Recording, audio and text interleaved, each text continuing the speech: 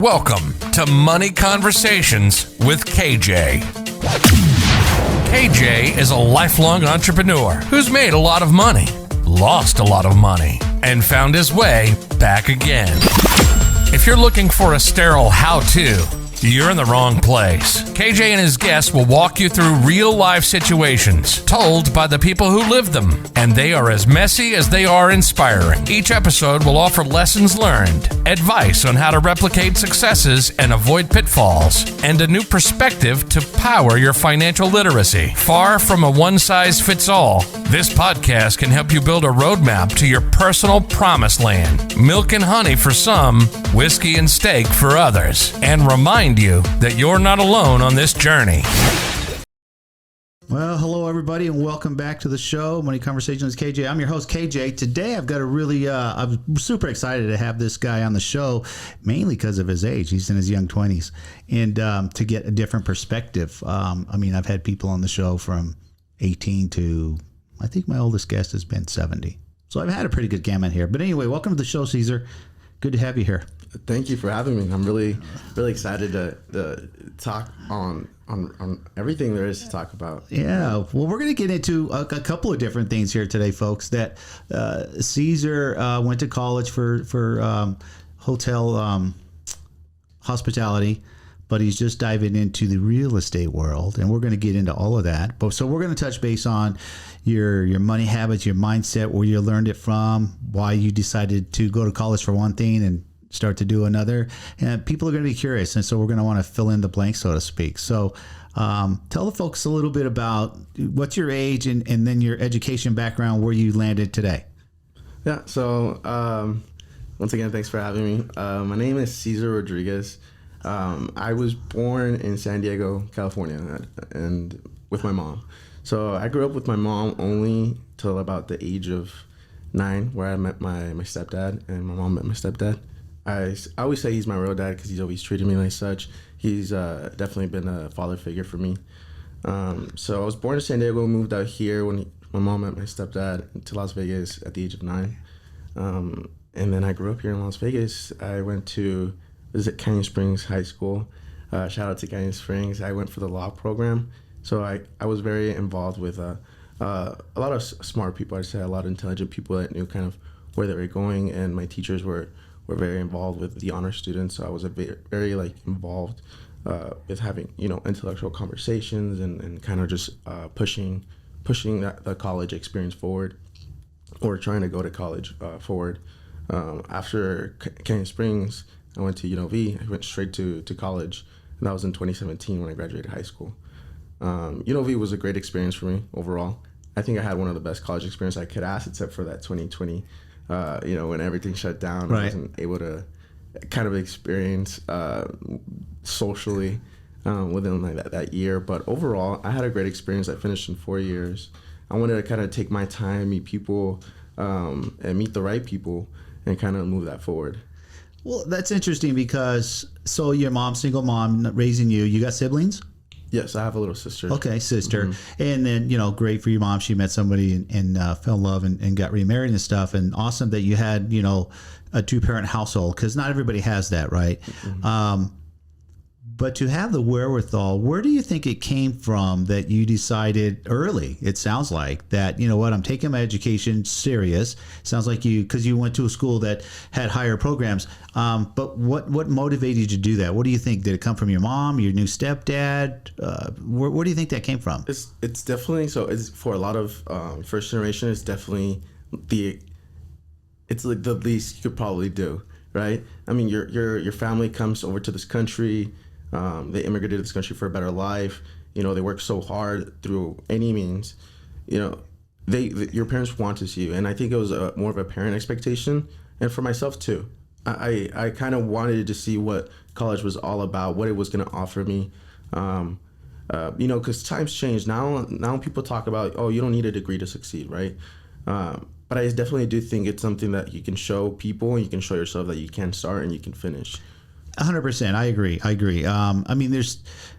There's an argument on both sides of that fence, right? And obviously education at any level is great. And I think that people your age have a much larger opportunity than when I was your age, right? Because of the internet. There's so many things that, people your age are learning and doing on the internet and making a boatload of money, right? And you know that. But at the end of the day, you can't substitute knowledge, period, wherever it comes from. And you went the traditional route of college, which is great. And it does show an employer later on, like, hey, he went to college, he started and finished something. But we're going to get into in a minute. You kind of sounds like you're switching fields to be an entrepreneur. And an entrepreneur, you don't have to prove anything to anybody. You just have to take action and do what you want to do. But let's go back a little more. As far back as you can remember, when did you have conversations with your mom and or maybe your new stepdad at 9, or if it was before 9, where you talked about your future, money, how money really works? When do you think that happened? My mom is probably like the hardest worker I know.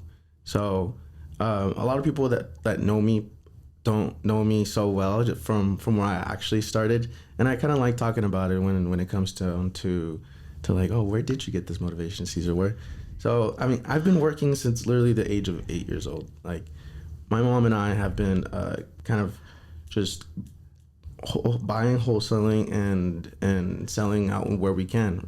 My mom actually started selling women's clothing from the back of her truck, the trunk to her friends, and later on that turned into a business where we went to flea markets and we just sold. And we sold clothes, we both sold toys, and it came from a very early age where that hustle and that the being able to speak in both English and Spanish and selling, right, anything. It was quite of an experience, and I think that's where all the hustle started. Yeah, that's a great experience. It's great to hear where your mom, whether out of necessity or trying to teach you lessons, brought you along into this new venture that she did probably out of necessity, right? She needed to sell those things, obviously, to make money, take care of you, and keep the roof over your head and food in your mouth kind of thing. But you probably not even recognizing at the time these life lessons that you know now, like we call it hustling, like developing people skills, having to sell on the street, so to speak. Invaluable. There's so many people out there that I've come across that have to multiple degrees, but don't have people skills. And you could be the smartest person on the planet, but without people skills, life's going to be a little tough for you. You really need to have good people skills. So the fact that you started learning that at 9 years old, selling garments with your mom out of the back of the truck, and then flea markets and stuff, wow, that I'm going to go out on a limb here and say that you probably still don't quite understand how valuable that is because you're still young. I think when you turn 30, 35 and you look back, you're going to be like, yeah, that totally helped me so much that you don't even realize. So that's super cool. So talk to me about when she was doing that. Let's talk, because, what I do here is called Money Conversations with KJ. So I like to dive in. I think people struggle with money later in life or during life because no one ever sat down and taught anybody about money, how to handle money, what to do with money. Yeah. The fact that nothing makes more money than money, right? We're all trained to go to college, go to school, go to college, get good grades, get a good job, right? And then save for some type of future retirement or whatever. But trading time for money is never going to make anybody wealthy, right? We need to put money to work. So at what age did your mom start talking to you? Okay, we're making money. I need to save for XYZ. Maybe in the early ages, she needed to buy inventory, right? She made money. Well, I need to buy more clothing to sell more clothing, right? Yeah. Well, do you remember specific conversations about money, or does she not really have those? Because sometimes parents are like, they think, he's 9 years old. It's too early to learn that stuff yet. No. What do you think? Well, my family doesn't really come from a lot of knowledge from how to move money around and whatnot. Mm-hmm. But my mom really is a big in reinvesting that money, right? So if you see a lot of money coming in from all those sales that we were making, why not reinvest it and get better things, bigger things? That way we start having more income. So being not afraid to reinvest that money is something that I did learn from her. Mm-hmm. Is not being afraid to putting your money to work. That and just saving. Like, my mom is a master of saving and being frugal and kind of just like knowing where to find deals and being patient on finding that deal. And I think that's where most of my my money conversation comes from. It's just solely from that. So you consider yourself a big saver at this point? Are you a good saver, let's say? I am a great saver, right? Within this last year, though, I've kind of like settled down to be like, it's okay to kind of spoil myself, you know, especially with this market where, you know, you can't control everything.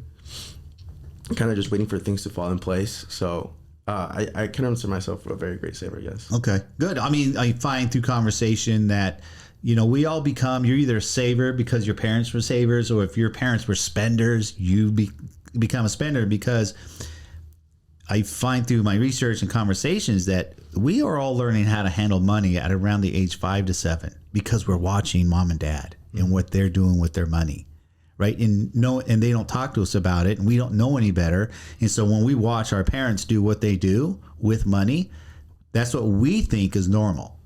And in your case, your mom's a saver. That's great. For other folks whose parents were spenders, then they just become like, well, I guess whatever I make, I spend, right? Mm-hmm. And you and I both know now that's not the right path to go, right? But when we talk about saving, right, and you say your mom's a saver and you're a bit of a saver, I always teach my people in my courses, like, saving's great, but we have to save for a purpose, right? Yes. Don't save money just to save money, right? Because we need to make money work. And to just put it in a bank account and let it earn less than 1% isn't doing you any good. Matter of fact, you're losing money.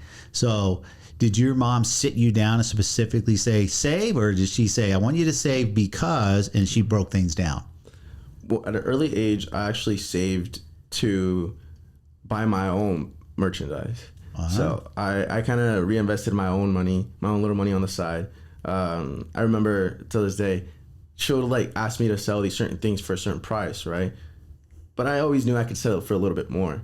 So whatever I made that little bit more, I'd pocket that in as commission and whatnot. Right. And she'd be kind of like look at me like, okay, like that wasn't that price, but all right, you know, like, right. Like you can't be mad at someone for who did better, for right. doing a little better, right? Mm-hmm. And so from that moment on that I realized that I could do that, I kind of like started saving myself and buying my own like little things.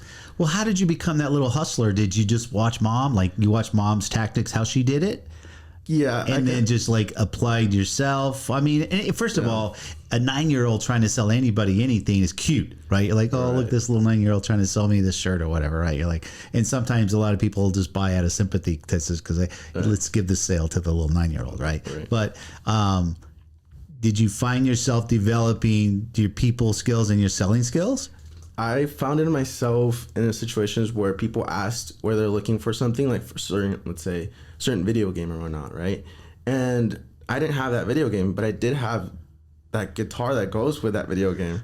So, you know, right? Why not? You know, so you look for these things and pay attention to the detail. I think that's one of the things that I did learn and I picked up is paying attention to detail.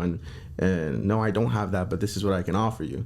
And I think that really helped out in those situations. So what would you say someone listening right now that's in your age bracket that didn't have the opportunity for whatever reason, but is trying to become a salesperson / hustler, what would be a simple little piece of advice you would give somebody out there? I would say is just don't be afraid to go out to the public and fail. I think rejection is definitely your number one teacher. It's just gonna be like, okay, you know, it's either gonna make you or break you. Some people will just stop and go to the back and kind of just wait for people to come up to either your booth or stand to come up to your business and buy something, or you can stand in front of the booth and welcome people in and tell them, look, you know, I like your shirt. This is what I got. You know, tell them, try to convince them and try to persuade them for a better opportunity or a better, you know. So you had no fear at an early age speaking with people? Because, you know, a lot of kids do, right? They're afraid it's... Actually, I had it did not matter to me, but later on in life, not in life, but as I grew older, it kind of like, this generation is kind of different just because I learned this from my family, my parents, you know, it's okay. And I saw it. I saw it happening with, there's other kids too. I wasn't the only one. You know, if you go to the flea market and whatnot, there has a lot of families that kind of just start their business there. And I saw it as a normal thing. But later on, as I grew older, my peers and people in school kind of just made it seem like it was kind of like lame. Yeah, they right? look down on you upon it, Right. But yeah, in that, and there's probably people out there with parents out there with kids 9, 10, whatever, and it can be scary for a 9-year-old to approach someone to sell whatever. Very uncomfortable, right? The first few times. I think I love sales. I've loved sales my whole life. I've been a salesperson my whole life. It's just conversing, it's just having conversation is all sales is, right? Once you learn how to build a rapport with someone in less than 30 seconds and then, move on to your sales skills, it's just having a conversation is all it is. But I think people are just have the fear. And what you'd mentioned earlier, I like to call fail forward, right? It's okay to fail. Failing is actually great. People are afraid to fail, and I believe failing is learning stepping stones. If you don't fail, you're not going to learn. So it's good to fail, right?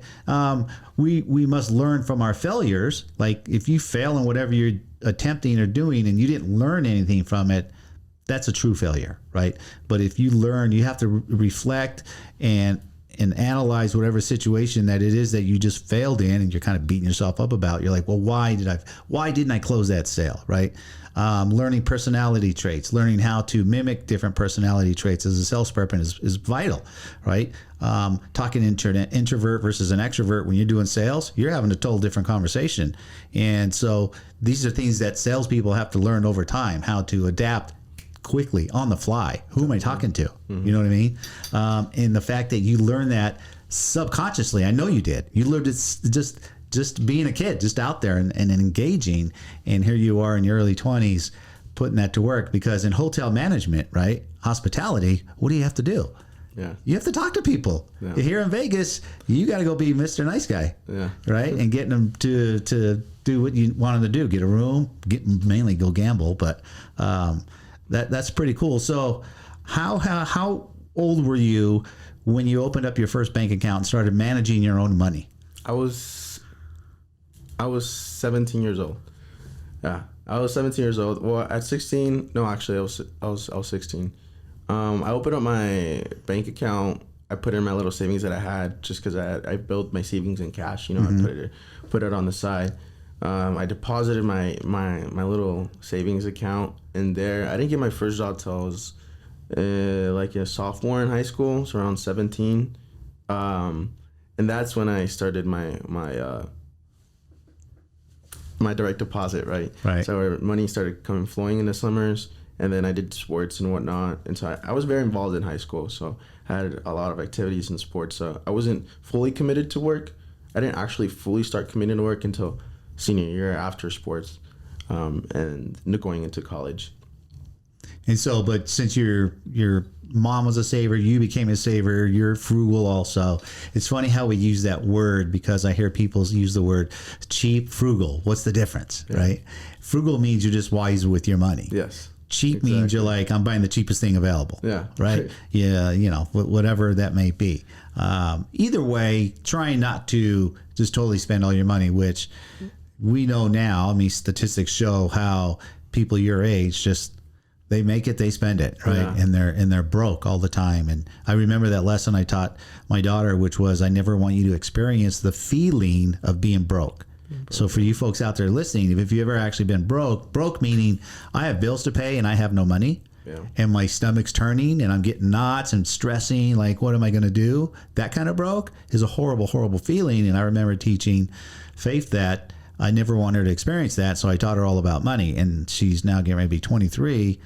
She's never felt that. And I know she never will at this point now, because she has money. She owns her own place and works. So, but unfortunately, too many people aren't taught all these lessons. But this is my passion now that I've been doing for about 3 years, is trying to teach people, and I think the more we talk about money, the better. Talk to the people. How much I'm going to phrase this question. Do you, or have you ever had good money conversations with your peers? Yes, like how you handle your money? Yes and no. I've actually, to be honest, when I find myself in these money conversations with friends, I notice more of myself giving advice than me trying to receive advice.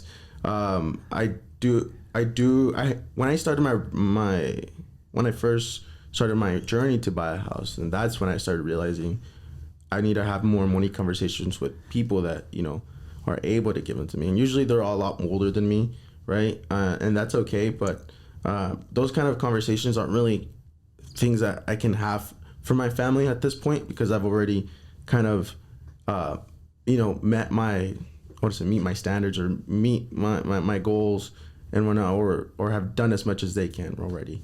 Anything further than that, it's unknown from that. So, again, my goal is to get people to, I know for a lot of people at any age, money conversations are uncomfortable. Mm-hmm. Okay. And I find through, again, conversation is the reason they're uncomfortable. It is because you either have money or you don't have money. Mm-hmm. And people don't want to talk about money if they have money because they're afraid other people are going to go, well, he's got money, I want to borrow some. And nobody likes to lend money, right? We work hard for our money. And if you don't have money, you don't want to talk about money because you don't want people to know, I don't have no money, I'm broke. Yeah. You know what I mean? Okay, and so it becomes an uncomfortable conversation, or it can be. But I think the more we talk about it, and in your case, like if you talk with your peers and you're saying like, hey, I give more advice than I get, that's great. Give as much as you can, right? Helping your friends, right? Like if they don't know what to do or they're doing something that's hurting them financially, you're like, well, here's what I've done and I've had this kind of outcomes to it. I always say having money conversations isn't about you telling anybody I have dollar X in the bank, right? That's nobody's business. Telling people how you got dollar X in the bank, right? Right. That's very helpful, right? A minute ago, you mentioned like the goals and things that you have. Talk to me about, let's talk to the audience and share with them, how goal oriented are you? Do you write your goals down on a regular basis? Yes, I have this thing with to-do lists. So writing my, what needs to happen when I need to take care of, and listing it with the priorities and consequences if not done. I think it's very important. It definitely sets your day forward, week and month. Within goals, there was a point where I did write goals down every single day. I haven't lately, just because I kind of want to experience something different where I know where I'm headed, but it's complicated. But to answer the question, yes, I do write down my goals, to-do list. I'm a very big fan of. I mean, looking back now, just say in the last 5 years, do you think by writing those goals down, you are where you are today because of that? Yes. Right? Yes. Well, that's a fact. Harvard did a study back in '79 about this and found out that students who graduated from Harvard who had clear written goals, 10 years later, made 10 times more money than students who didn't write their goals down. Mm-hmm. So it's a fact that writing goals down, because without writing goals down, I like to call it, you're just flying the ship blind. It's like if we got in our cars, every time we get in our cars, we have a destination. We're going somewhere, work, school, meet a friend. Today you got in your car, you're coming here, right? We're not just going in our cars and just going in circles, and God forbid anybody would get in their car and drive blindfolded. But if you handle your money that way, you don't know where you're going with it. You're not setting good financial goals. You can't expect in the future to have money or have money grow for you if you don't have somewhere specific that you're trying to reach. Does that make sense? Yeah, so the fact that you were writing them, if you stopped, I mean, it's difficult. It's simple, just not easy to write your goals on a regular basis, review them, because our goals will change all the time, and that's fine. Yeah. We can change our goals daily if you want, right? But we'll have our small, medium, large goals, and to write them down will manifest you to reach them, right? That's the lessons that I try to teach people. And I've done it myself for years and years. And yes, I will manifest myself right to where I need to be. And that can only happen if you have goals and then write them down. Let's get into, you went to college, hotel hospitality. And so you're not that old. So how long have you been doing it? I started at 20 years old. I started at the Excalibur. I was a pool and spa coordinator there. Okay. And then afterwards, it wasn't until the age, actually I was still 20. I was hired at the Wynn as front desk agent. That was actually one of the reason I made really great money there, it was such a great role as being front desk. I recommend it to anyone that, is still young and trying to figure out, just because it kind of sets you up for success. Right. Any commission sales job. And front desk did allow me to upsell a lot of guests. And I think that was my highlight of that hospitality. And then from forward on there, I helped open up Resorts World. I entered with guest relations there, and then I moved over to the hotel operations side, and then I moved into leadership there. So you're still there now? Yes. Okay. So doing that, but somewhere along the way here, you just got your real estate license. Yeah. And you want to be a realtor, and you want to sell land or homes or whatever it is you want to sell. Mm-hmm. Where did that come from? Because that's left field from hotel hospitality. Mm-hmm. Where did that come from? Where'd that inspiration? So on hospitality, I mean, I've met so many people, right? Where, you have your team, and then you're also managing another team. And I'm also very involved with our housekeeping team. And there's just a lot of opportunity to kind of have these money conversations on the side sometimes, at the end of the day, we're all the same. We all get a paycheck from that place, right? Mm-hmm. But only yourself, you control your own income, right? And I don't think a lot of people have those conversations or know where to invest or know where to go with it, right? They're just sitting in this pot of gold, and they're just like, okay. And then they just start spending. Let's just buy this new 2020 truck, right? Right. Why not? No, like you don't need that. Right. And so when I first started my journey, because I bought my home at 21 years old, and that was during college. I was in my senior year, my first semester of my senior year, and that journey opened my eyes so much because I learned so much from real estate.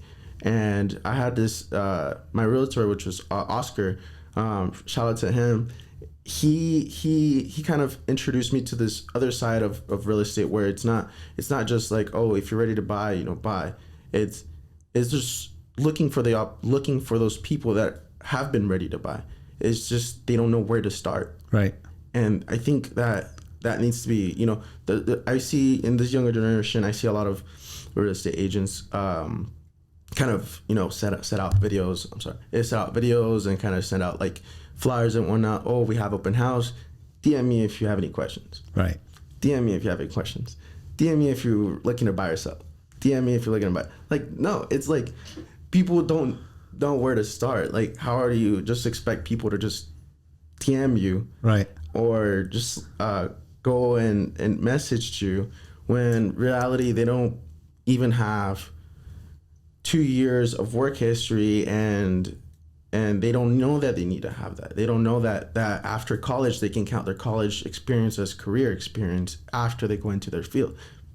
These people don't know that. Right. And opening my eyes to how 2 years ago I bought my home, and where I'm sitting now, where I was ready to buy I'm ready to buy my second home. I'm looking for a second home, but the way the market is right now, it's kind of set me back a little bit, right? Mm-hmm. But I'm still sitting in over the $100,000 in equity. Like, right. Equity has grown so much, and that it's within itself is just a great opportunity. It's nothing to really just like brag about, but it's something that you can fall back on. It's something for people to know that it's there for you. Some people, I could get into a really bad accident and use that as home equity to pay all my hospital bills and not sit on them. It could be used for a lot of things. So you want to, there's definitely a niche out there, like you're talking. If you have the opportunity to talk to people who work in the backside of these hotels, when every hotel employs average 4,000 people. Resort World is a huge place. I'm sure there's more there, but so you have an opportunity there to help people, and there's a niche there of all they need is education. Yeah. In how to actually purchase a home. Like you did it at 20, Faith did it at 20 because I taught her how, with very little money out of pocket. There's ways to do that out there, and almost every state has programs where they'll give you down payment assistance programs to help get in your home, right? Yeah. Most people don't buy a home one of two reasons. They don't have the credit for it, or they don't have the cash for a down payment.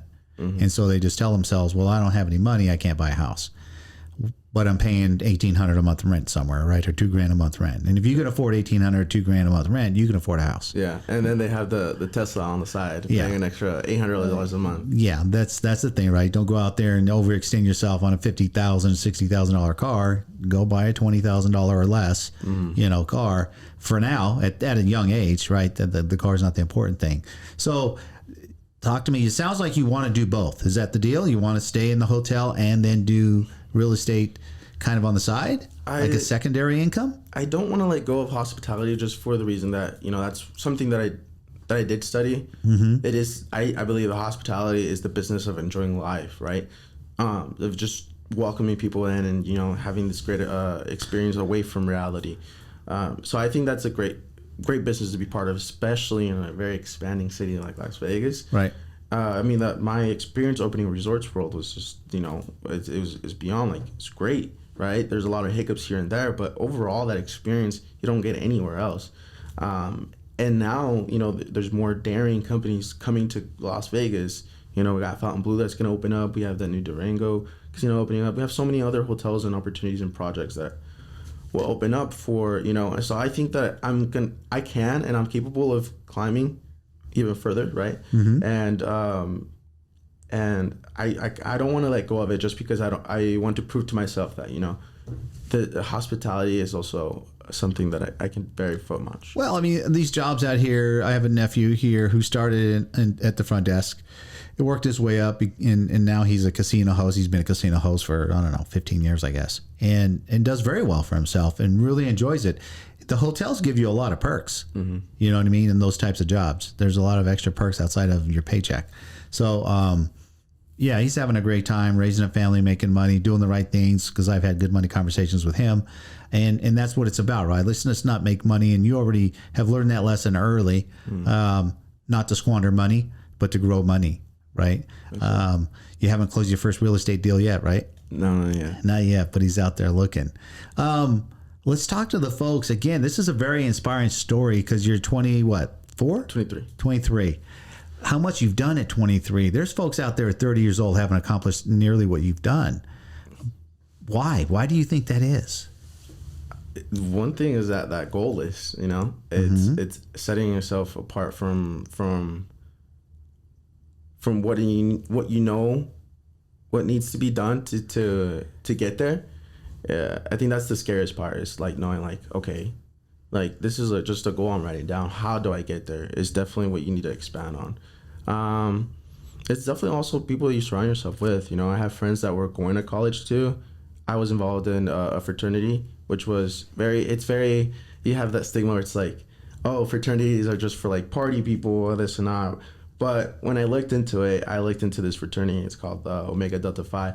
They were very business first and then party later, right? So I was able to experience the whole at that whole side where we took care of our things first and then we had fun. So being involved in things like that and your peers, knowing that you're both pursuing either your college degree and then a career, like, it just sets you apart from I found myself hanging out with a couple of my old friends my freshman year of college, and then afterwards, boom, they all dropped out because they just weren't able to keep up with their GPA or money. Mm-hmm. And then later on, I found myself, I'm like, okay, well, what am I gonna do? I'm not gonna go and hang out with them. I have to finish school. Like, I'm doing good. Like, why? Just because they failed doesn't mean I'm gonna fail. Right.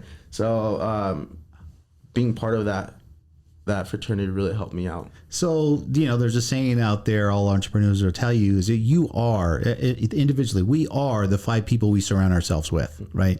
So you just described that, right? And you recognize for your freshman friends who, hey, I don't want to do this, I can't do this, whatever, and they dropped out, that you didn't want to hang out with them. You wanted to keep hanging out with people who wanted to succeed, right? Mm-hmm. And this is why you had success.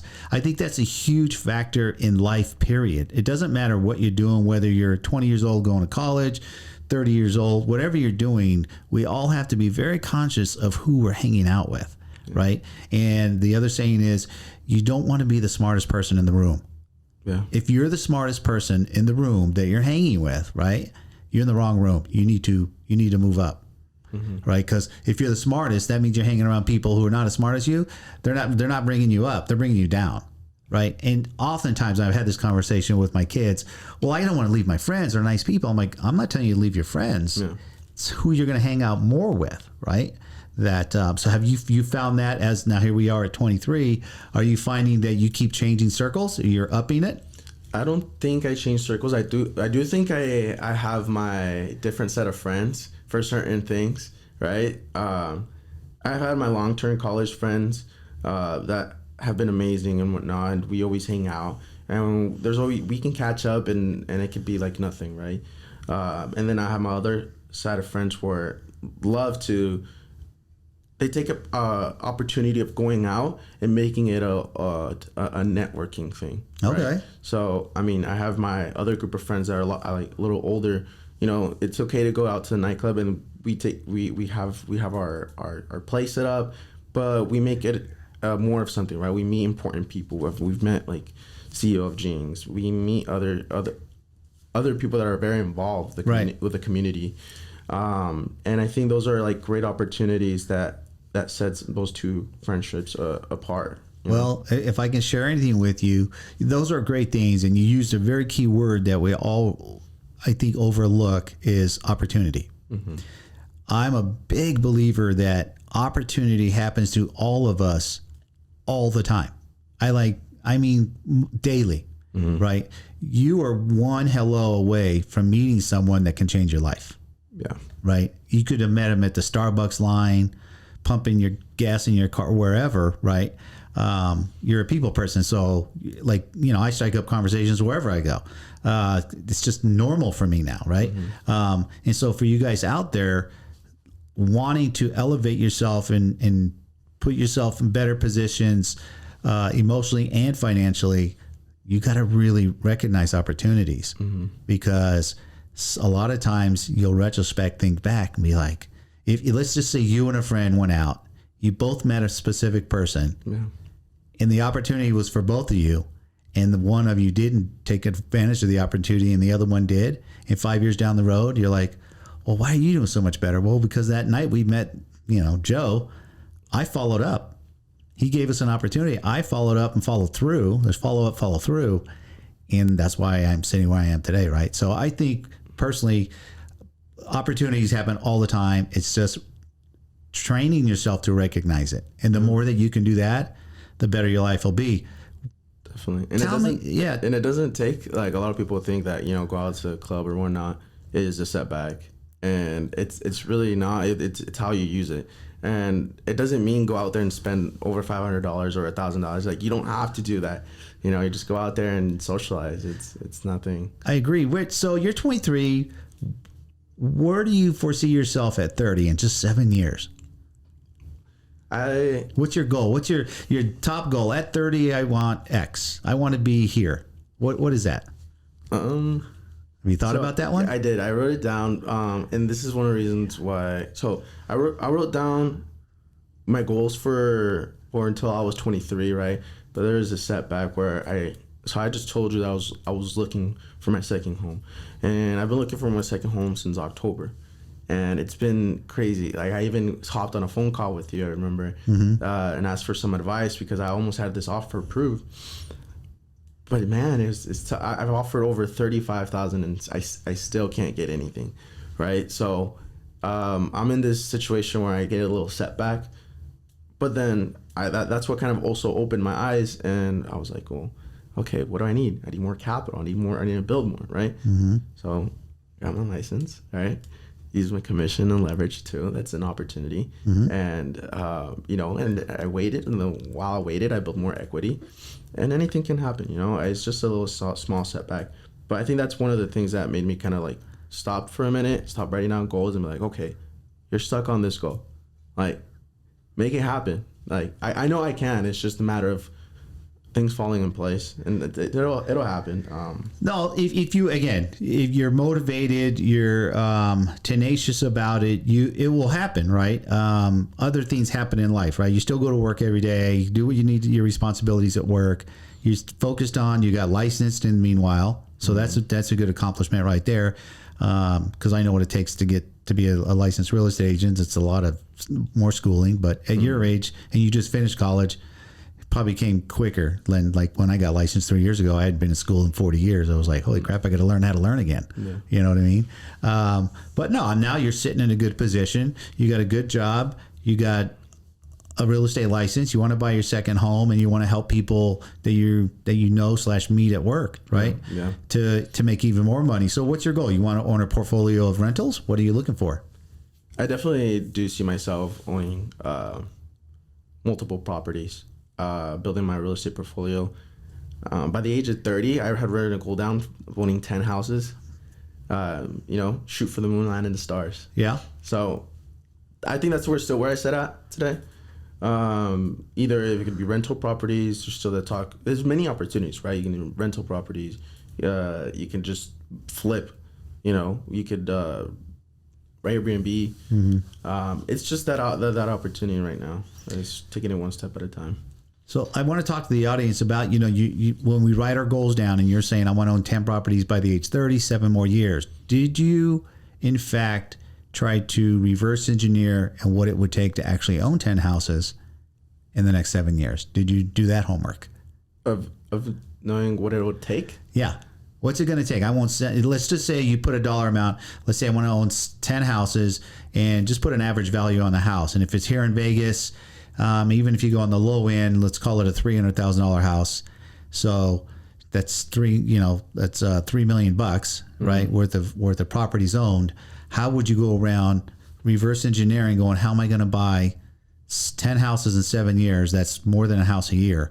Right. With down payments and getting people plugged into them and everything that it takes. Did you reverse engineer that? On how to get there? Yeah. Yeah. I mean, I don't know. I don't know exactly what to expect because, things always change. Oh, yeah.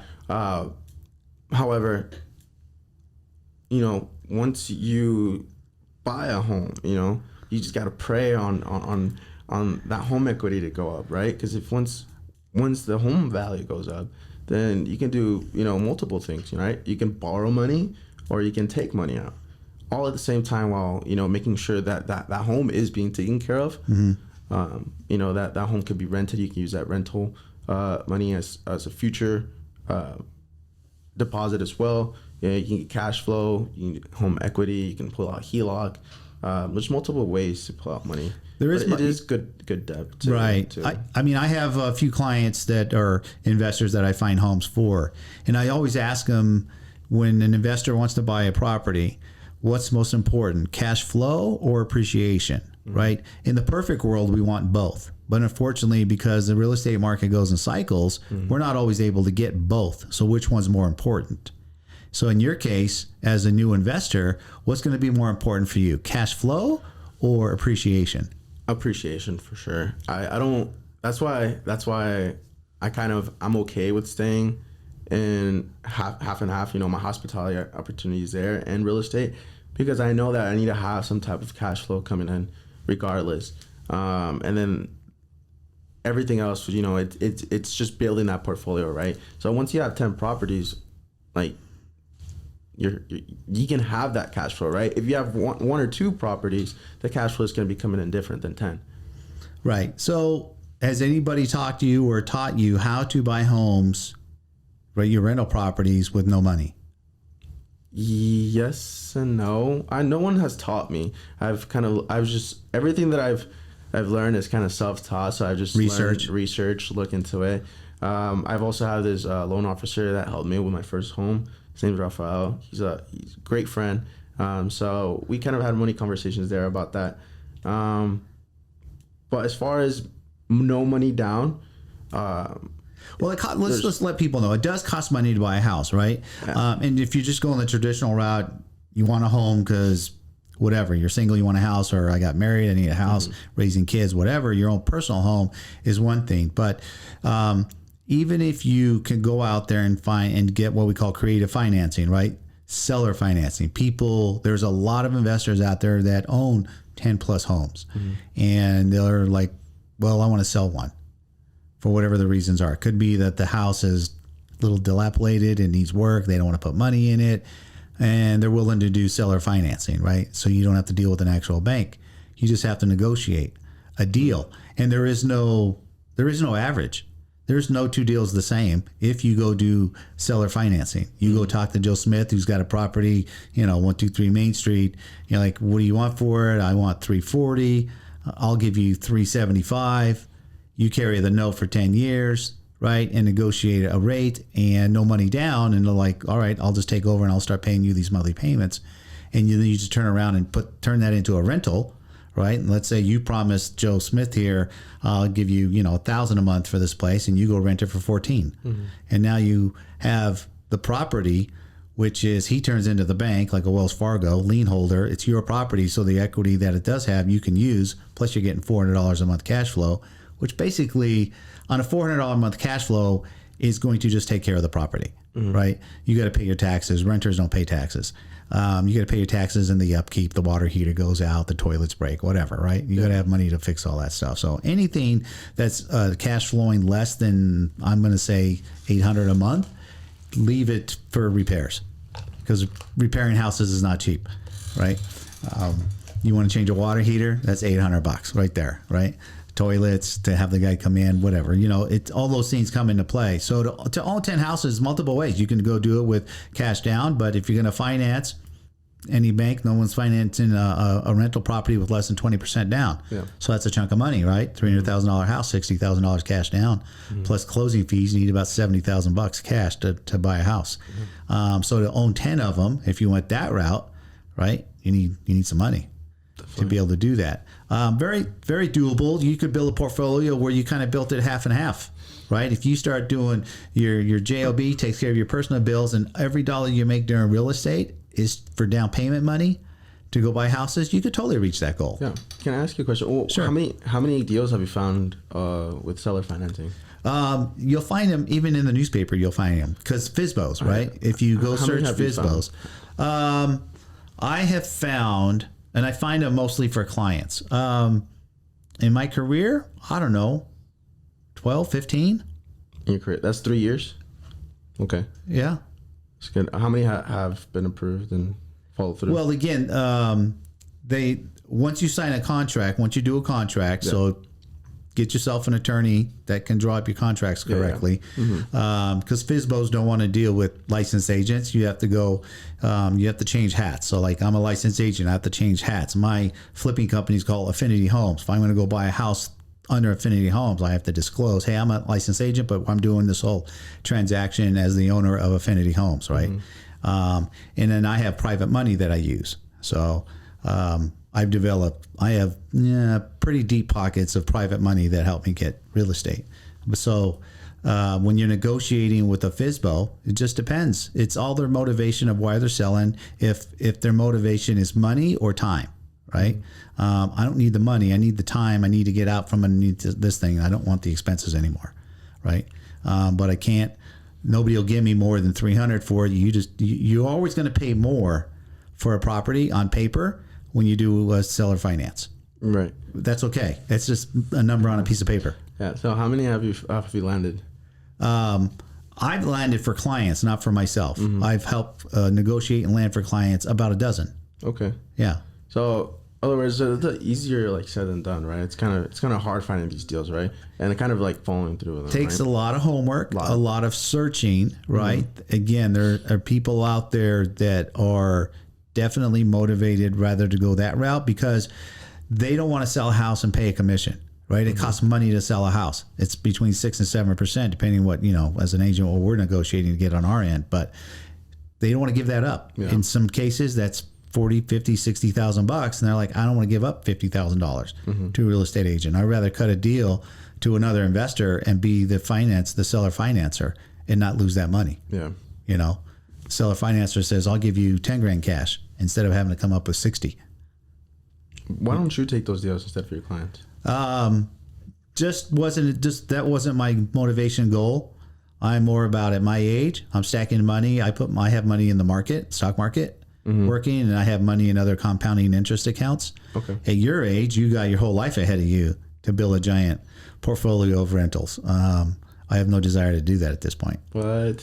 Yeah. Why not? Because I've been a business owner almost all my life. I'm tired of babysitting people. Oh, okay. I get that.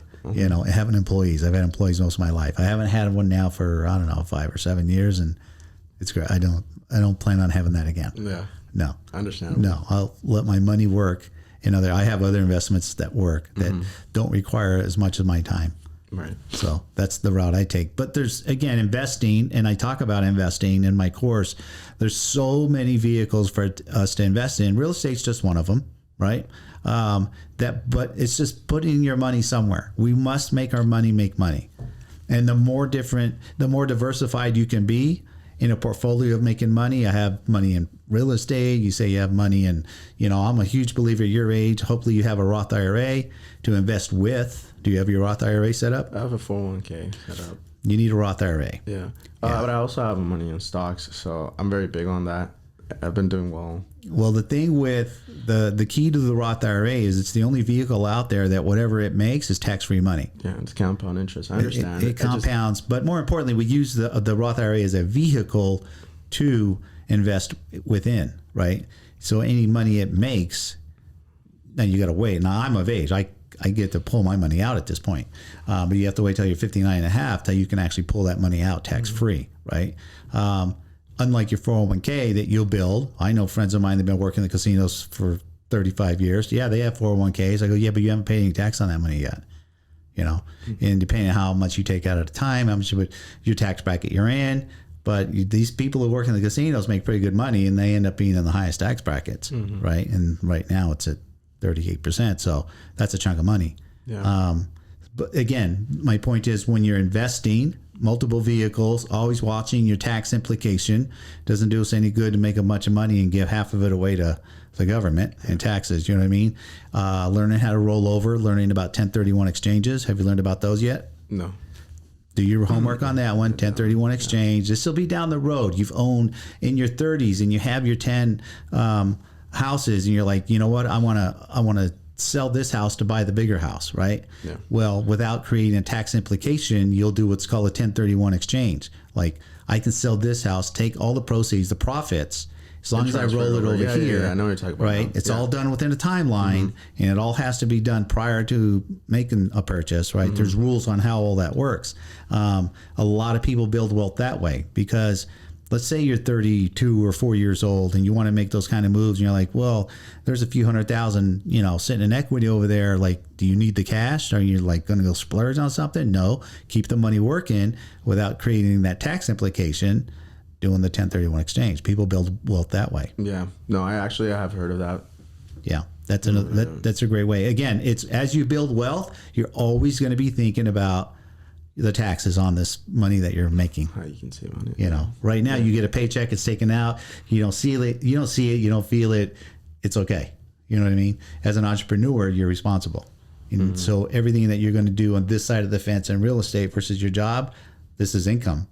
And you're going to be like, holy crap, I owe the IRS an extra 25 grand or whatever, right? And usually the first time that happens, it hits you out of left field and you're like, oh, I got to readjust my thinking, right? What do I got to do? So be careful of that. What do you think is going to be your biggest struggle as a new real estate agent? What do you see so far? Well, right now, I think we had that conversation about, being as a kid, how do you feel like, selling to these people, right?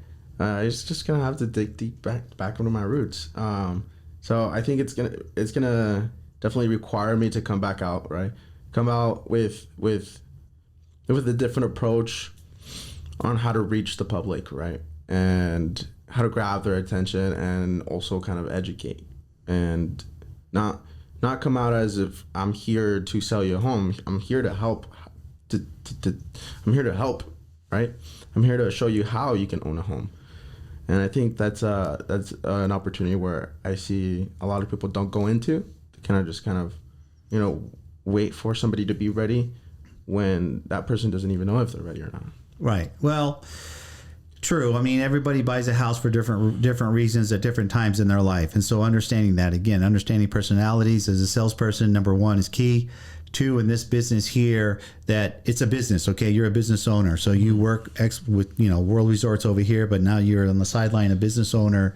And I think the biggest hurdle why 7 out of 10 agents don't make it. They quit after 2 years, especially if you're trying to rely on that money for your living. And in your case, you're not really relying on that. I mean, it may come to a point where you're like, hell, I'm making way more money in real estate than I am over here, given this trading time for money at the hotel, that I'm just going to go 100%, in the real estate world.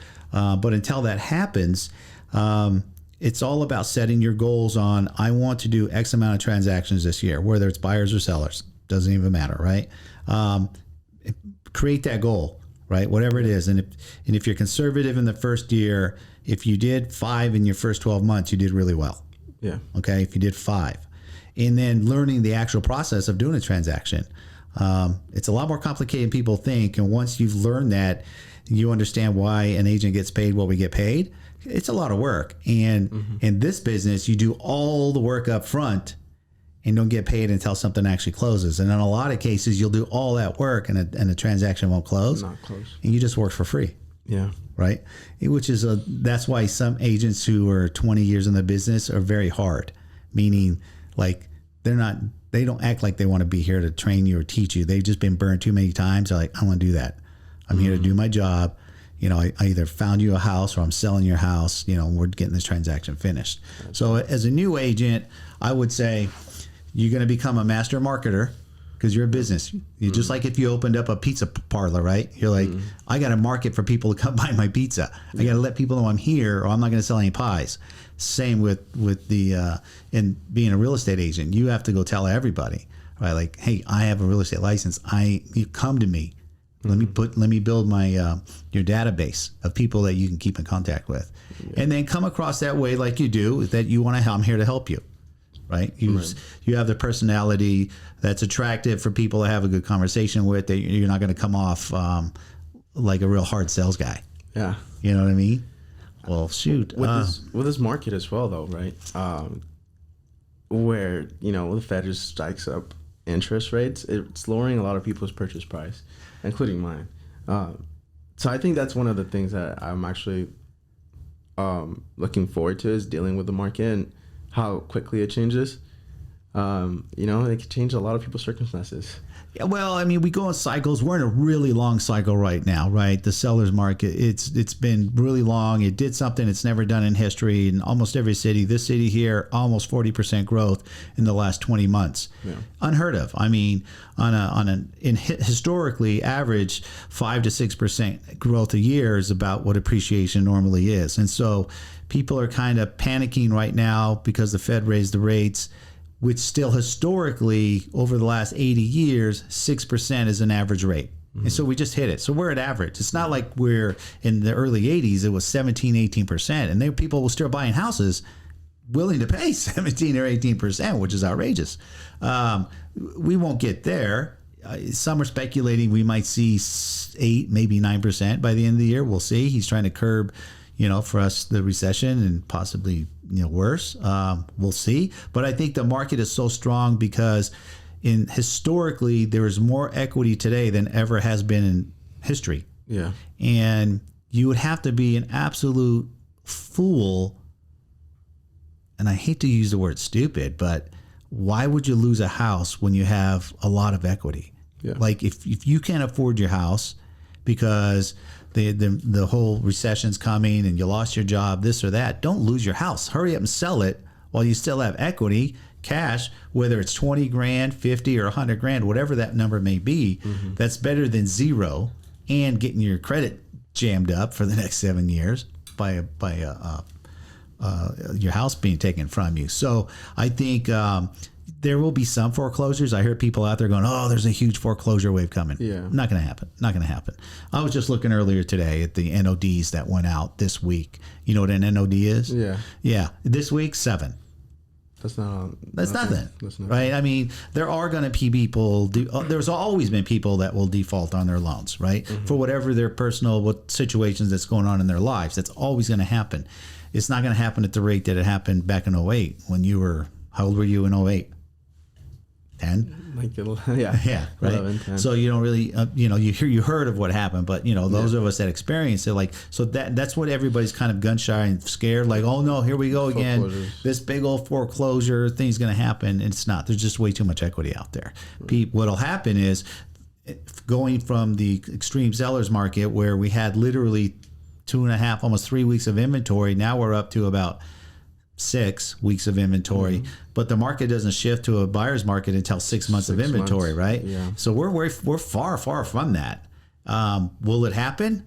Likely not. I was just listening to Dave Ramsey. People are like, well, I'm not going to buy a house right now. I'm going to wait till the prices come down. I'm like, prices aren't coming down because we're in a simple supply and demand issue. This is just supply and demand, period.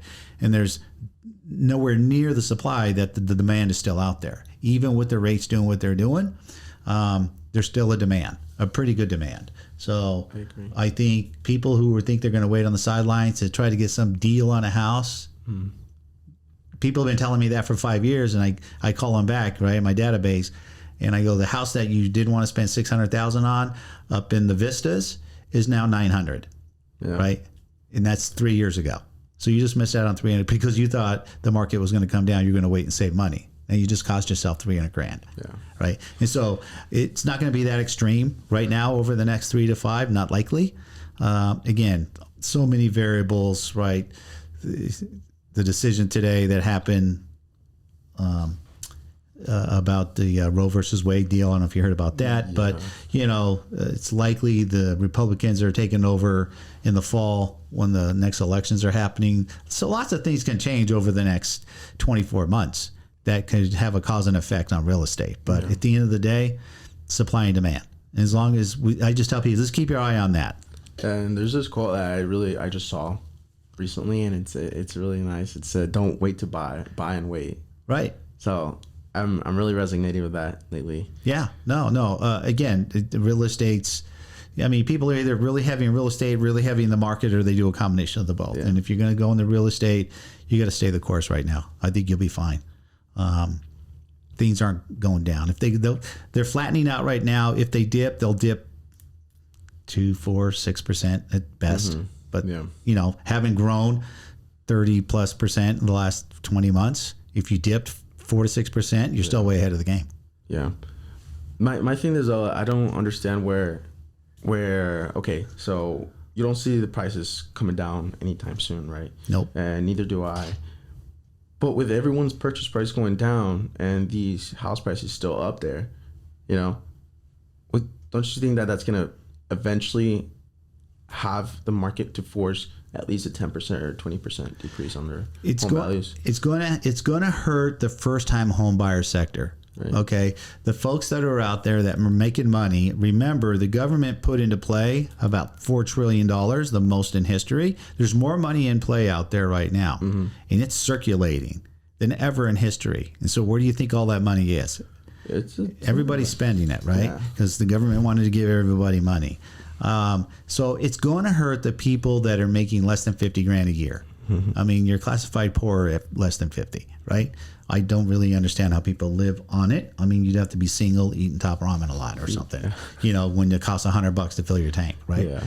These days. But there's just people making a lot of money. Yeah. At the end of the day, there's people making a lot of money. There's people your age. I see them all day long online, killing it, making $50,000, $100,000 a month, right? Whether it's a YouTube channel, a TikTok channel, I mean, they're selling this, that, and the other thing. It's just crazy how much money is being made online. And do you think those people care about interest rates? No. If you can go out and pay cash for a house, you don't care about interest rates. Well, their biggest problem is, I can't find a house. There's none for sale, none that I want, type of thing, right? That's the issue, right? So I think it hurts mainly the lower end market. People don't make a lot of money who want to get in. A lot of condos. A lot of these apartments get converted to condos, and now you're spending $250 for a condo. But at least you're owning something, and even a condo makes money. It's real estate. It does, yeah. Right? My daughter, she's up almost $100,000 on hers in 2.5 years. Right? It's a condo. Yeah. So it doesn't have to be single family. This town is not known or great for multifamily on the fourplex or sixplex or even an eightplex. There's not many. The ones that are out there and not in great areas of town that you want to live in, right? And until you can get into the bigger game, the big 200-300 unit apartment complexes, and now you're talking big dollars. But everything's relative. I think we'll all be fine at the end of the day. We got to ride the course out. There's nothing we can do about it. You got to put gas in your car. I got to put gas in mine. Absolutely. It sucks. What are you going to do? We're just going to pay and try not to drive around frivolously. Yeah. Well, awesome. Caesar, it's been great. I think we gave a lot of good value out there. And for the folks that are out there that are in Caesar's age bracket, man, follow suit here, right? For him, he started at a young age, had that with his mom, built in that entrepreneur mindset, built people skills more than anything. And I think that start there. If you're struggling, learning how, or making money out there, look in the mirror, see how you are, see if you're engaging with people and building those people skills. Because everything we do in life is sales, right? You want a girlfriend, you got to sell yourself. You ladies out there, you want a husband, you got to sell yourself, right?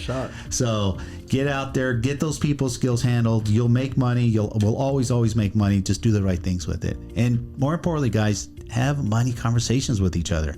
Don't be afraid to talk about money. You don't need to tell anybody exactly what you have. Just tell them how you did it. Or ask people, hey, how'd you do that?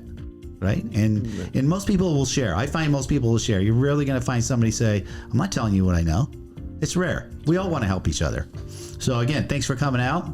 Thank you for and sharing your story.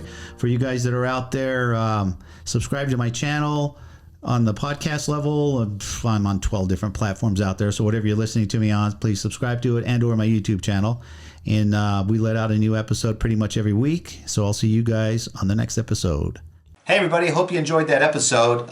Really enjoyed making all these episodes for you. Remember, we're just having conversations with people's journey with money and the things they did right with it, the things that did wrong with it, and how did they really come about getting their mindset with money. So every episode's different. We all have a good takeaway from them. So do me a favor, hit the like button, smash the like button, and subscribe to my channel, because every episode that I do is going to be different, as all our journeys are different. So you guys take care, and we'll talk to you next week.